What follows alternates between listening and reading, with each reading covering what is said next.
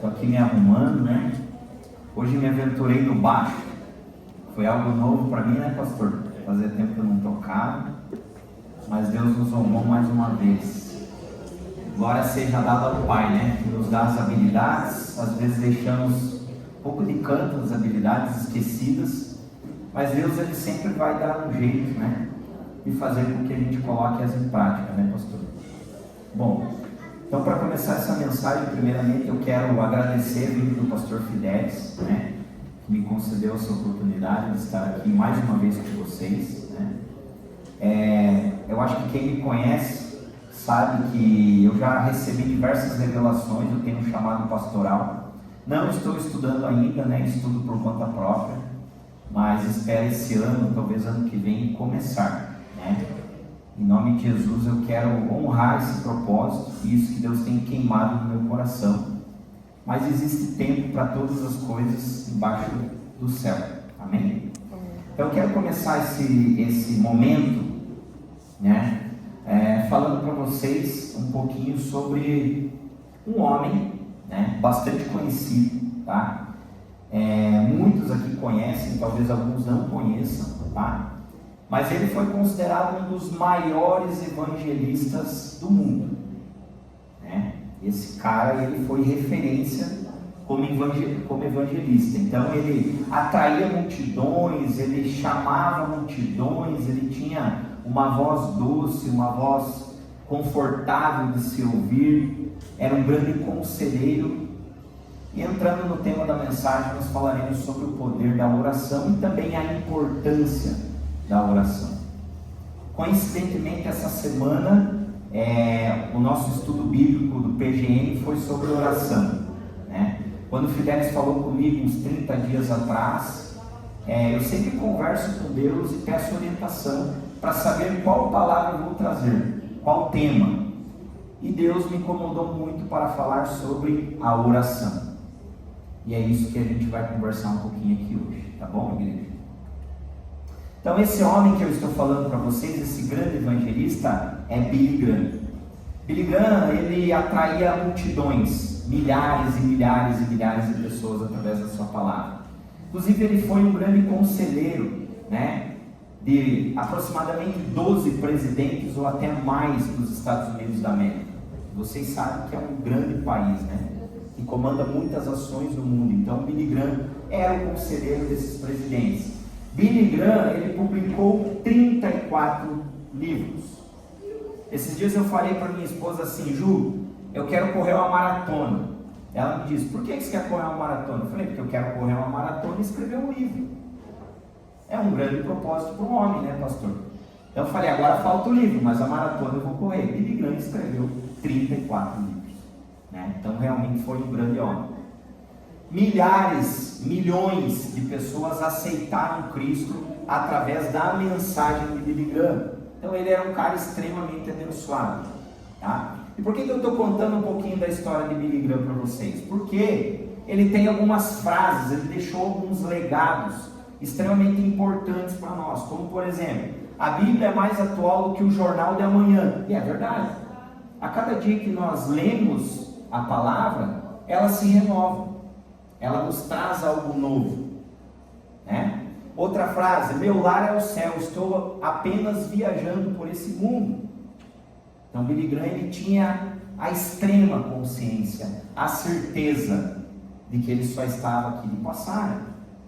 Um grande homem, e era isso que ele pregava. Mas a frase mais marcante na minha concepção de Billy Graham foi essa que eu trouxe para vocês. Se eu soubesse antes o poder da oração, eu teria orado mais e pregado menos. Olha o impacto dessa frase, pessoal. Se eu soubesse antes o poder da oração, eu teria orado mais e pregado menos. Ele disse essa frase com aproximadamente 90 anos. Aos 90 e poucos, 95, ele faleceu. Então ele teceu essa frase no fim da vida dele. Igreja, isso é lindo, porque isso vem de um grande pregador, que tinha uma oratória que impactava milhares de pessoas. um cara que deixou o seu legado. Agora eu quero falar de um outro cara que talvez vocês conheçam. Quem conhece Jesus Cristo? Eu coloquei algumas coisas aqui sobre Jesus Cristo, tá? Mas eu acho que nesse momento, que eu vou orar agora pela mensagem, eu quero que você pense na sua cabeça, nesse momento, o que é Jesus Cristo para você? O que é para você? Eu trouxe aqui algumas referências. O maior líder espiritual que já existiu, o Filho de Deus. Milhões e bilhões de pessoas aceitaram a Cristo através da trajetória.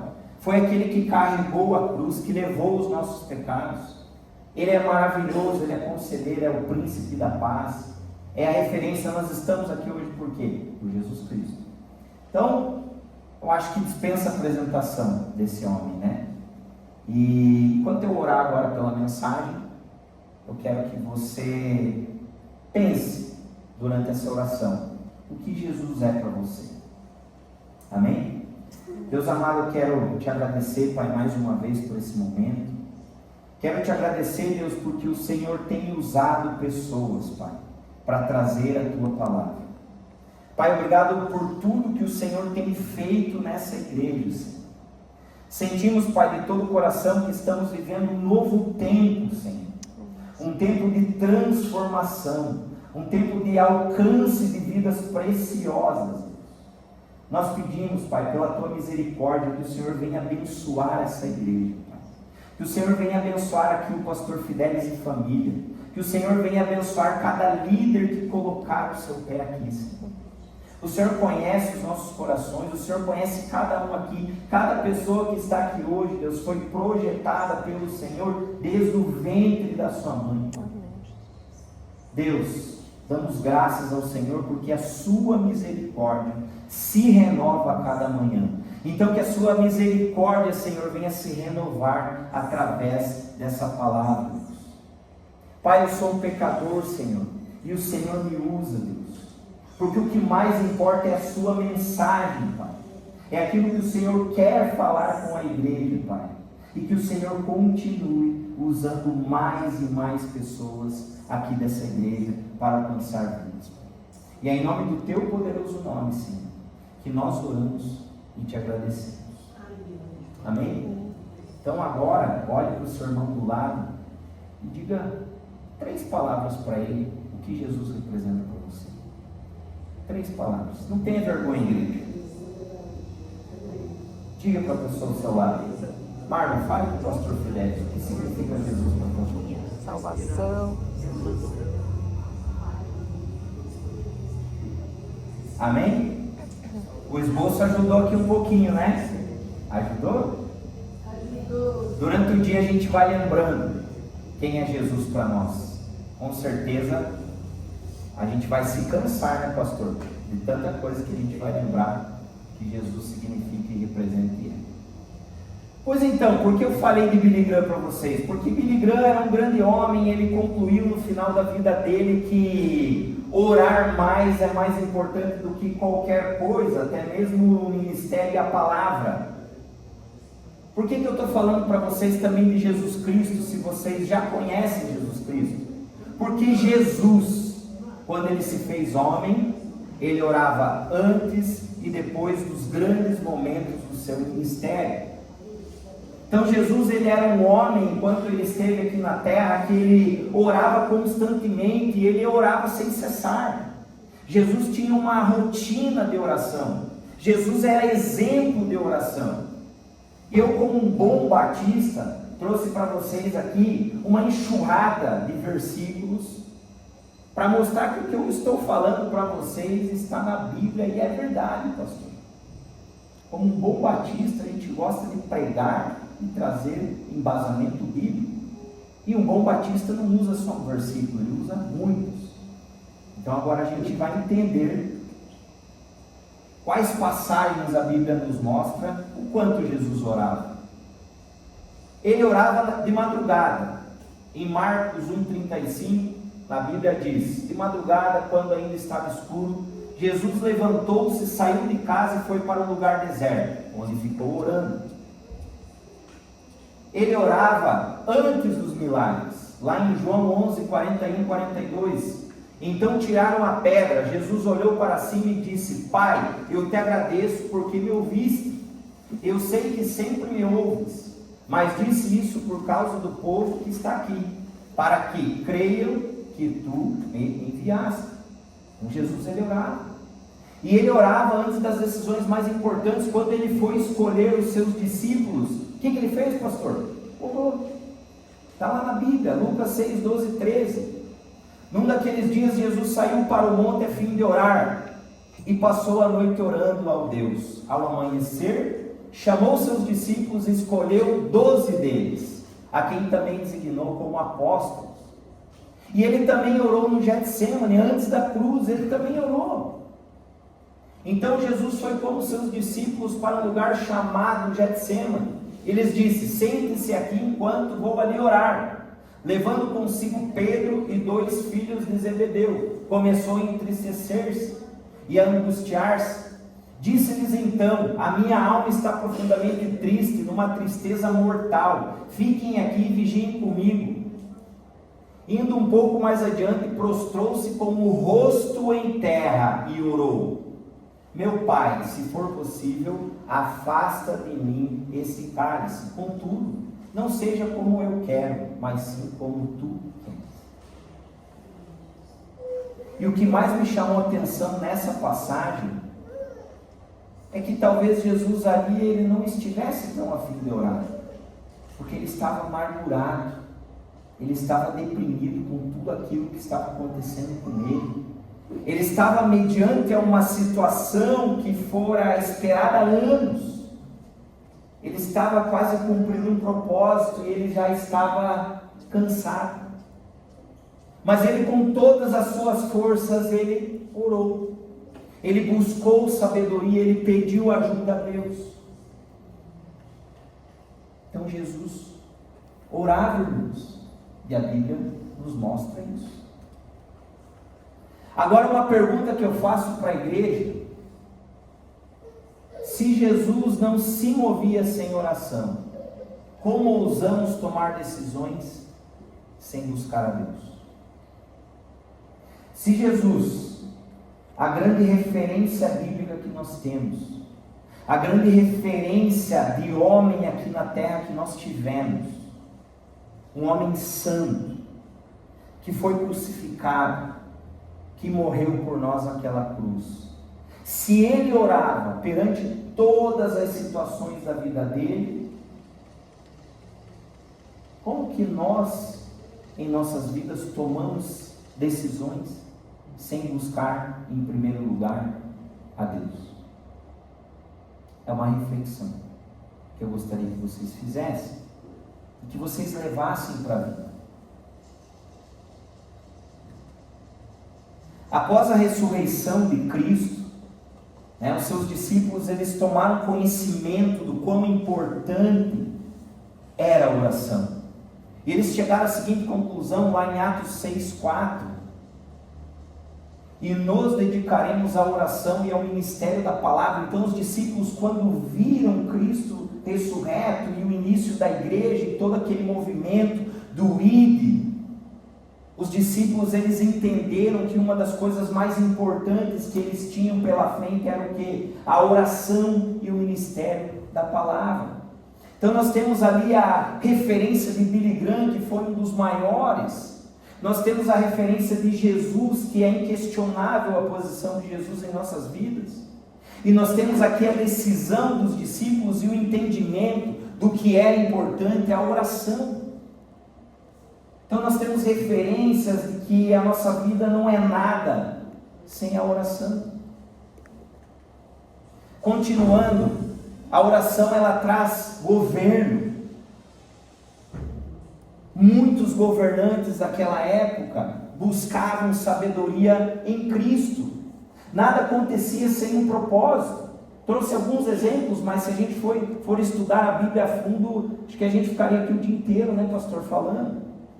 né? O exemplo, José interpretou os sonhos e governou o Egito. Ele buscava sabedoria para decifrar os sonhos em quem? Através da oração do Senhor.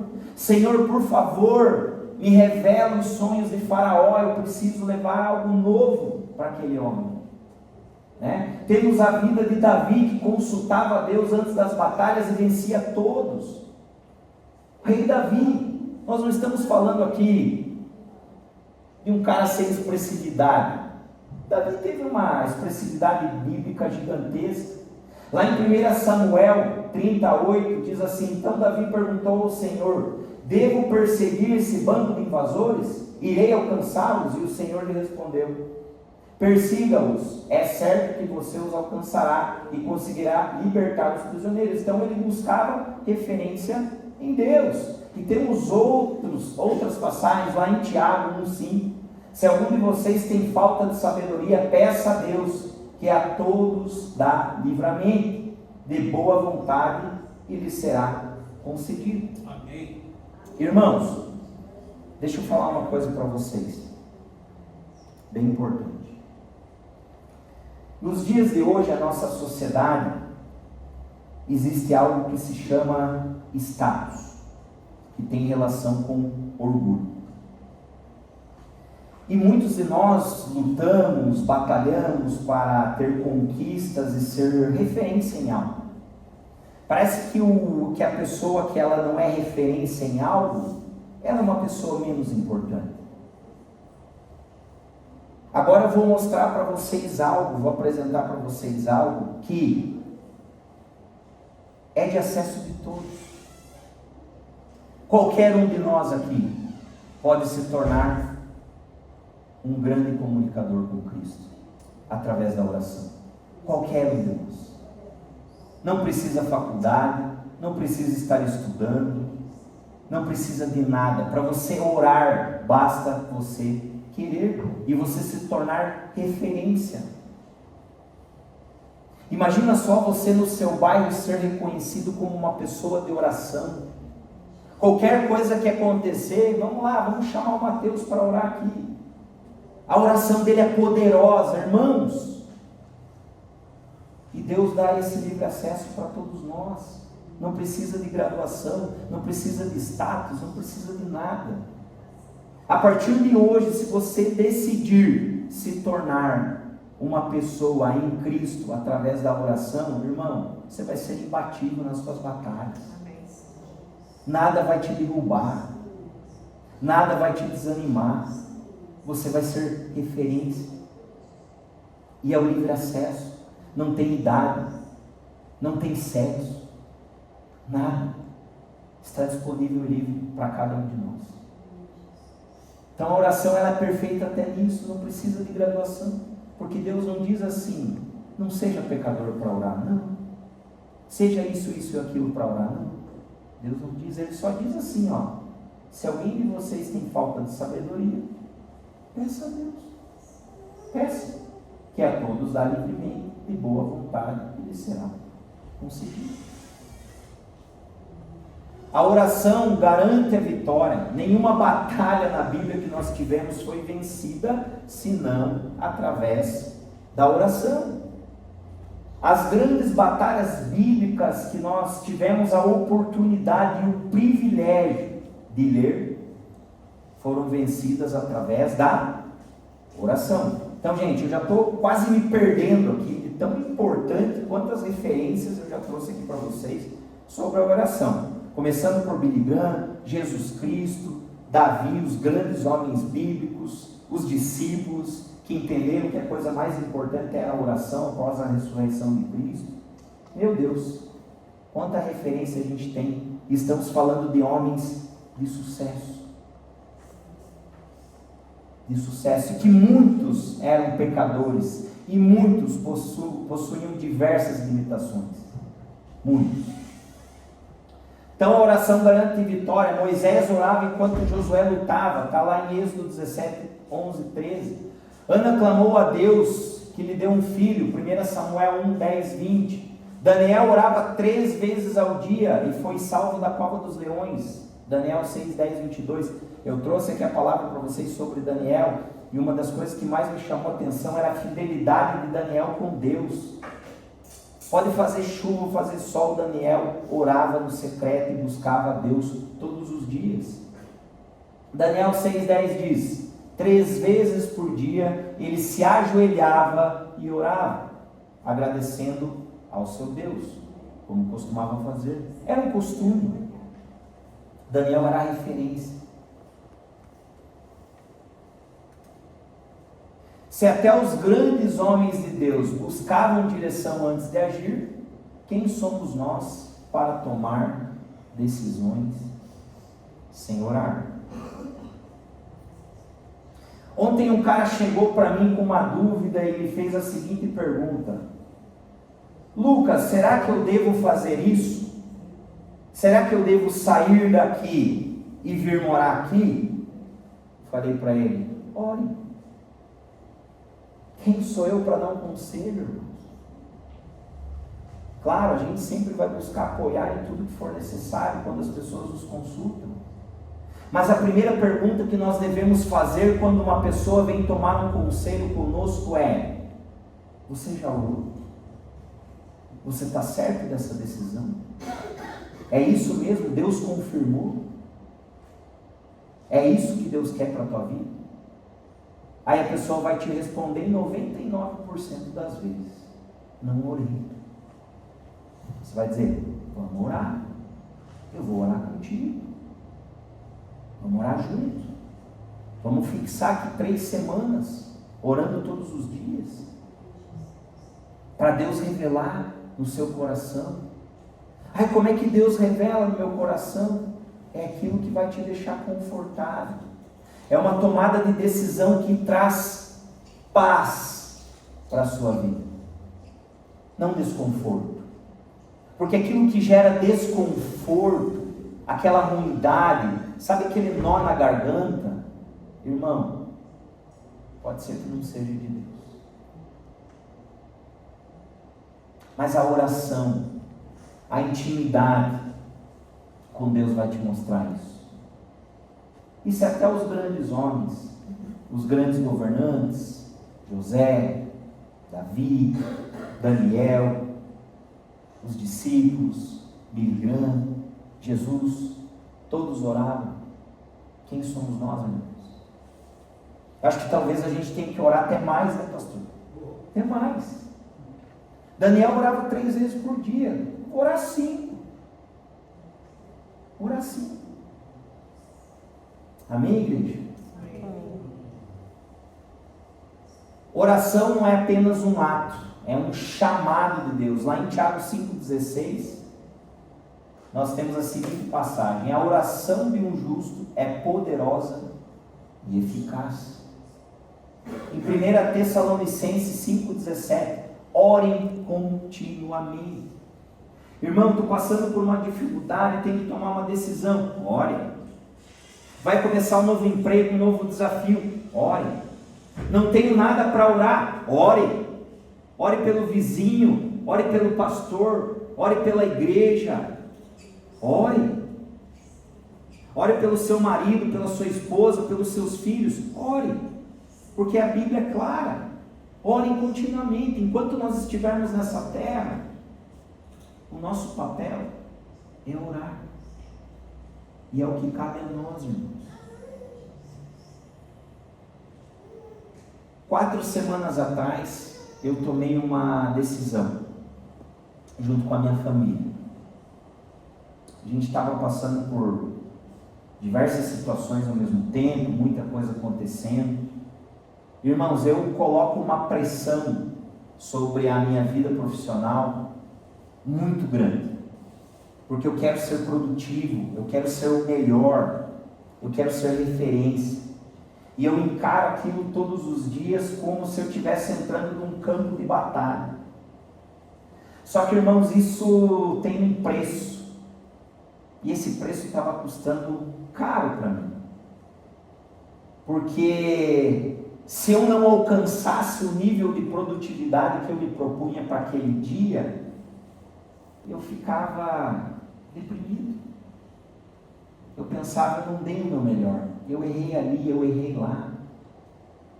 E minha esposa, grande leitora de diversos livros, sempre tentando me motivar e me trazendo diversas passagens sobre mentalidade, sobre uma série de coisas. E quando a gente viu, a gente estava se colocando num nível de exigência muito grande. E aquilo estava desgastando o nosso dia a dia. E eu falei, Ju, a partir de hoje, eu não quero mais ter esse sentimento. Eu vou tomar uma decisão, porque eu aprendi na montanha, através dos legendários, no ano passado, que as nossas guerras, nós lutamos de joelhos. Como que é a guerra do cristão? Como que a guerra do cristão é combatida nos dias de hoje? De joelhos. Nos dias de ontem também. Como que Daniel venceu a cova dos leões? De joelhos. E eu tomei uma decisão, Ju, a partir de hoje a gente vai orar 2, 3 vezes no dia de joelhos. Isso tem sido sagrado na nossa casa. Irmãos, acreditem, em um mês Deus operou diversos milagres. E eu estava com uma situação no meu dia, que eu cheguei da academia de manhã, essa semana, e eu lembrei daquela passagem que Jesus orou com a cara no chão. E eu tinha uma causa. Pequena, talvez irrelevante, mas para mim era grande naquele momento.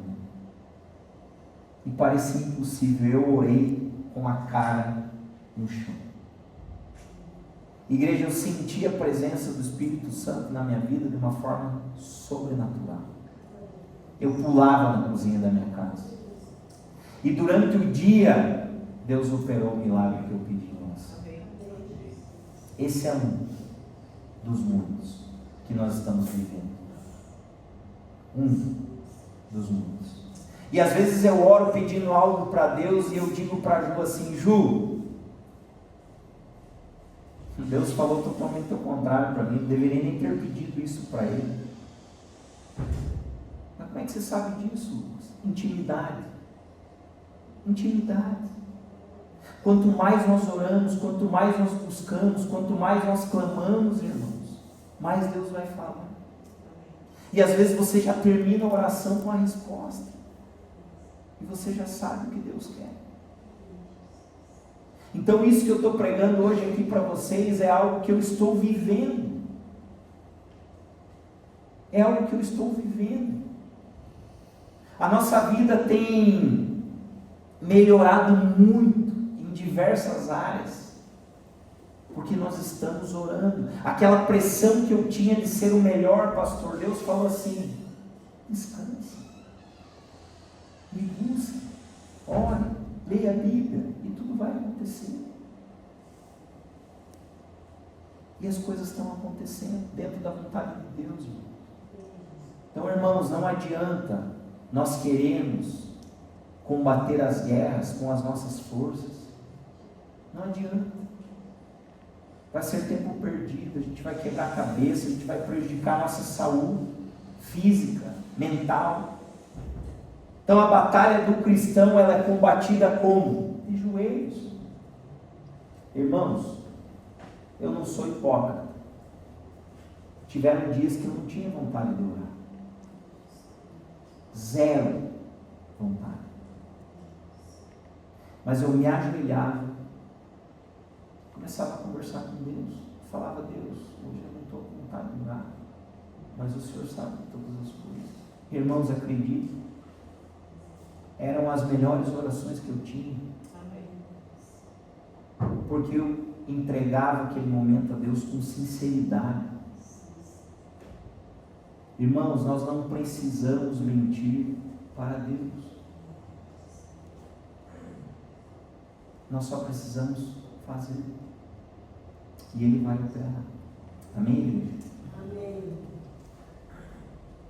Continuando, aprendemos aqui através de todos esses exemplos que a oração, ela é a chave para uma vida vitoriosa. Nós aprendemos que não precisa ter graduação para orar. Não precisa ser pastor para orar. Deus, Ele nos aceita a qualquer momento, de qualquer jeito. Então a chave de uma vida de sucesso, irmãos, o que é uma vida de sucesso para nós, que somos cristãos? É uma vida de paz, é uma vida de descanso, é uma vida que nós saímos de casa sabendo que Deus irá nos conduzir em segurança até o destino final. Não é uma vida de desespero, de incomodação, uma vida de estresse. Sabe por quê? Porque Deus vai nos conduzir. E nós vamos ser melhores. Porque nós estaremos mediante a sabedoria de Deus. Então a chave para uma vida vitoriosa é a oração.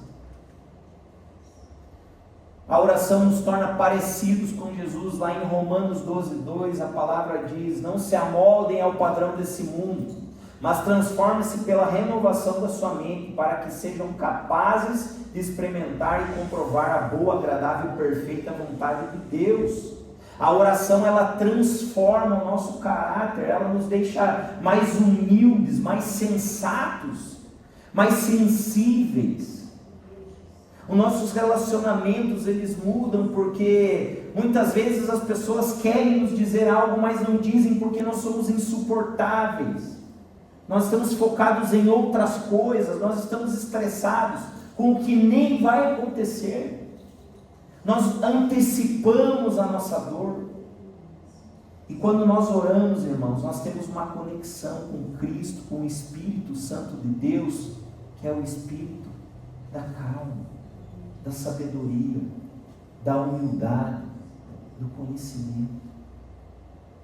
Então a oração transforma o nosso caráter, transforma aquilo que nós somos. A oração transforma aquele marido ruim em um marido bom. A oração transforma uma esposa estressada em uma esposa calma, sábia, que edifica o lar. Mas como nós podemos alcançar essa paz em Cristo? Através da oração. Aqui eu coloquei uma imagem, o pastor até brinca às vezes comigo, né? Fez o ChatGPT? Sim, essa imagem é do ChatGPT.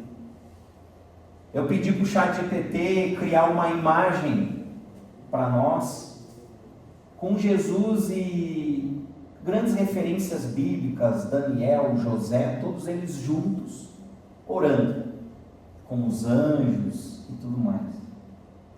Irmãos, pode ser, eu tenho certeza que vai ser muito mais lindo do que isso, porque é bíblico, mas pode ser que a gente se depare com essa imagem quando a gente estiver no céu. José olhando assim: Edilon, você chegou, orou bastante, hein? Chega aqui com a gente, vamos orar junto. Fidelis, Davi, me conheceu o rei Davi, ora, você orou muito, Fidelis, vamos, chega mais, vamos orar com Jesus aqui. Fidelis, como assim Jesus? É isso, irmãos. É isso que nós devemos sonhar como cristãos. É isso que nós devemos buscar diariamente em nossas vidas. É o reconhecimento dele, do Pai Todo-Poderoso, soberano, Criador, Deus grande. É Ele. Estou quase finalizando a palavra. Tenho mais 5 minutos. Vou cumprir com os 5 minutos. E eu estou trazendo para vocês aqui mais 2 situações para a gente finalizar o tempo de hoje. Depois a gente vai orar. Eu oro, mas Deus não me responde. A gente tem muito disso, né? A gente diz: eu oro, mas Deus não me responde. E aí, o que a gente faz? Lá em 2 Tiago 17, a palavra diz: assim também a fé por si só, se não for acompanhada de obras, está morta. Não adianta o pastor Fidelis orar de madrugada, por exemplo, e no dia do culto na IBT não chegar no horário. Não adianta, por exemplo, eu pedir para Deus um emprego melhor, sendo que eu não estou nem procurando, eu não faço esforço nenhum. Não adianta eu querer sonhar em ser um marido referência se eu não tomo as atitudes daquilo que Deus está me dizendo nas orações. Irmãos, porque uma coisa é você ouvir a palavra de Deus, outra é você tomar decisões com aquilo que você ouviu da palavra de Deus. Então muitas vezes Deus responde, mas você não tem atitude. Sabe aquela historinha bem batida, bem simples, bem genérica, que um homem está se afogando e ele começa a orar e pedir para Deus mandar salvação para ele ali, e Deus vai lá e manda um helicóptero, o helicóptero joga uma corda e diz assim: não, essa salvação eu não quero, estou esperando Deus. E o helicóptero vai embora e ele morre afogado. Chega no céu e ele questiona Deus: Deus, eu orei, mas o Senhor mandou ele. Rapaz, como é que você queria que eu te salvasse? Eu usei os recursos, eu mandei o helicóptero, e muitas vezes nós somos assim. Então, irmãos, a oração tem que ser acompanhada da fé, da ação, da atitude. E aqui eu coloquei uma lista de motivos pelos quais a resposta pode não ter chegado, e todos os motivos com um embasamento bíblico. Falta de ação, orar sem agir não adianta, segundo Tiago 17. Oração fora da vontade de Deus, em 1 João 5,14 nós temos lá: Deus responde o que é melhor, não apenas o que queremos. Eu acabei de compartilhar com vocês que eu fui fazer um pedido essa semana e cheguei à conclusão que não era aquilo. Eu até falei para a Ju, falei: meu Deus, Deus me constrangeu nessa oração, porque não era o melhor para mim talvez naquele momento, né? Não entender o tempo de Deus. Lá em Eclesiastes 3:1 diz: a resposta pode ser espere. Motivações erradas, não estar ouvindo a resposta de Deus. Lá em João 10:27, Deus pode já ter respondido de forma diferente do esperado, e você está insistindo porque você quer aquela resposta. Não. Mas como é que a gente sabe de tudo isso? Uma das coisas mais importantes talvez aqui, dos motivos, seja o pecado estar bloqueando a sua oração. Talvez você esteja orando, se aproximando de Deus, mas você não se afasta dos pecados, você não se livra do pecado, você não consegue um perdão que Deus está pedindo. Você está pecando, irmão, e a resposta, ela vai demorar a chegar. Então são diversos motivos. A oração nunca volta vazia, mas requer alinhamento, ação e confiança. E para finalizar o nosso tempo, que eu tenho 1 minutinho, princípios da oração correta segundo a Bíblia. Como que nós oramos corretamente? Com sinceridade, em secreto, com humildade, com fé e com gratidão.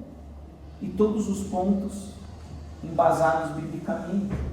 Não é algo que o pastor Fidelis vai dizer, ou o Lucas está dizendo, ou a Nancy.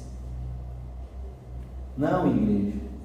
É a Bíblia que nos diz, como por exemplo, com humildade, sem se exaltar como os fariseus. Lá em Lucas 18, 9, 14 diz: eu lhes digo que este homem e não o outro foi para casa justificado diante de Deus, pois quem se exalta será humilhado, e quem se humilha será exaltado. Que é o exemplo do fariseu que olhava, que orava alto na esquina para chamar a atenção do povo. Não, a oração que vai ser ouvida é aquela humilde, de coração, no teu íntimo, no teu quarto, no teu momento com Deus.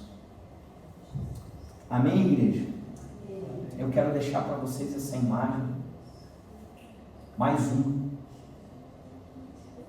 para que quando vocês pensarem em oração, vocês se recordem do homem que passou por aqui, morreu por nós, e foi exemplo de oração.